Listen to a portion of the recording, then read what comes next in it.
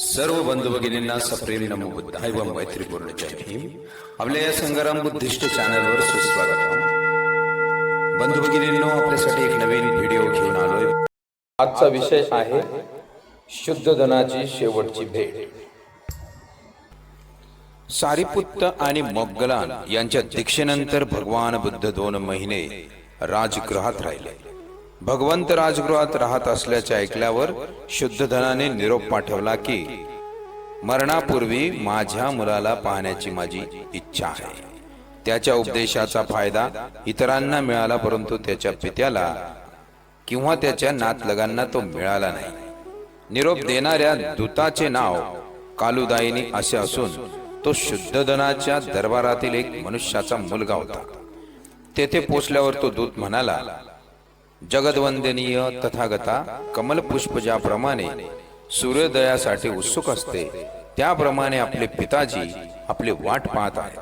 तथागतांनी आपल्या पित्याची विनंती मान्य केली आणि आपल्यासोबत बऱ्याच मोठ्या संख्येने असलेल्या भिक्खू संघासह ते पित्याच्या घरी जावयास निघाले. भगवंत अधूनमधून मुक्काम करीत चालले होते, परंतु ते येण्यासाठी निघाल्याची वार्ता शुद्ध धनाला सांगण्यासाठी कालुदायिनी पुढे निघून आला. लवकरच ही बातमी सर्व शाक्य जनपदात पसरली. संबोधी प्राप्त करून घेण्यासाठी गृहत्याग केल्यावर गृहहीन होऊन फिरत असताना सिद्धार्थ आपला उद्देश सफल झाल्यामुळे कपिलवस्तूला आपल्या घरी परत येत आहे. ज्याच्या त्याच्या तोंडी हेच शब्द होते. आपले नातलग आणि मंत्री यांच्यासह शुद्धोधन आणि महाप्रजापती ही दोघेही आपल्या पुत्राला भेटण्यासाठी निघाले.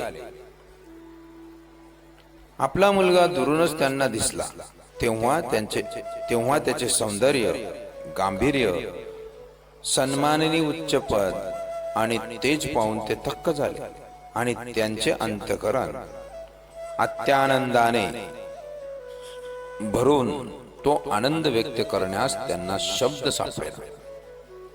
हा खरोखरच त्यांचाच पुत्र होता. हेच ते सिद्धार्थाचे रूप. तो महान श्रमण त्यांच्या हृदयाच्या किती जवळ होता आणि तरीही त्यांच्यातील अंतर किती जास्त होते. तो मुनी श्रेष्ठ आता त्यांचा पुत्र सिद्धार्थ राहिला नव्हता. तो बुद्ध भगवान, अरहत, सत्य विद्वान आणि सगळ्या मानव जातीचा गुरु होता. आपल्या पुत्राचे धार्मिक श्रेष्ठत्व लक्षात घेऊन शुद्धोधन रथाखाली उतरला आणि प्रथम त्याला वंदन करून म्हणाला, आम्ही तुला पाहायला आता 7 वर्ष लोटली. या क्षणाची आम्ही किती आतुरतेने वाट पाहत होतो. नंतर भगवान बुद्ध आपल्या पित्यासमोर बसले. राजा आपल्या पुत्राकडे टक लावून पाहू लागला. त्याच्या नावाने त्याला हाक मारण्याची त्याची फार इच्छा होती, परंतु तसे धैर्य त्याला होईना. सिद्धार्था, तो मनातल्या मनात उद्गारला. सिद्धार्था, आपल्या पित्याकडे परत ये आणि पुन्हा त्याचा पुत्र हो. परंतु आपल्या पुत्राचा निश्चय पाहून त्याने आपल्या भावना दाबून टाकल्या. तो आणि प्रजापती दोघेही उदास झाले. ज्याप्रमाणे पिता आपल्या पुत्राच्या समोर बसला आणि दुःखात आनंद आणि आनंदात दुःख मानू लागला, त्याला आपल्या मुलाचा अभिमान वाटत होता. मात्र आपला थोर पुत्र कधी आपला वारस होणार नाही या कल्पनेने त्याचा अभिमान लोप पावला. मी तुला माझे राज्य देईन, राजा म्हणाला, पण जर तुला ते दिले तर तू ते मातीमोल मानशील.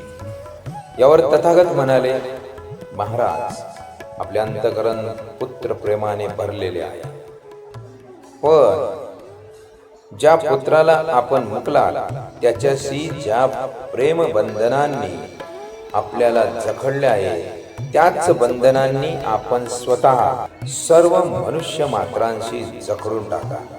म्हणजे सत्य आणि सदाचार शिकविणारा पुत्र आपल्याला लाभेल आणि शांती व निर्वाण यांचा प्रणेता आपल्या हृदयात प्रवेश करेल. आपल्या पुत्राच्या मुखातून ही सुमधुर वाणी ऐकून राजा शुद्धोधन आनंदित झाला. अश्रुपूर्ण नेत्रांनी तो उद्गारला, हे अद्भुत परिवर्तन आहे. दुःखातिरेक आता नष्ट झाला. दुःखाने प्रारंभी माझे हृदय दुःखाने जड झाले होते, पण आता तुझ्या महान त्यागाचे फळ मला चाखावयास मिळत आहे. समर्थ अशा अनुकंपेने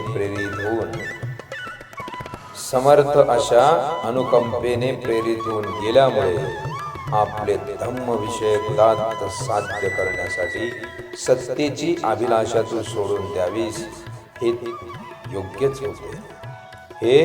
योग्यच होते. मार्ग सापडल्यावर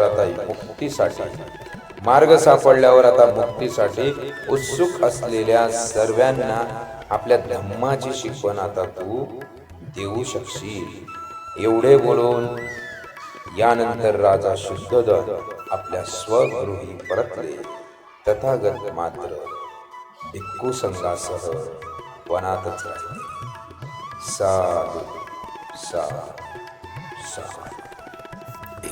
नमो तस्स भगवतो अरहतो सम्मा संबुद्धस्स.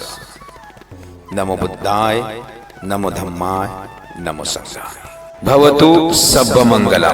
मित्रांनो, आजचा विषय आपल्यास कसा वाटला हे कमेंट्स मध्ये कळवायला विसरू नका. तसेच अजूनपर्यंत जर संगाराम बुद्धिस्ट चॅनलला सबस्क्राईब केलं नसेल तर लगेच सबस्क्राईब करा व सहकार्य वाढवा.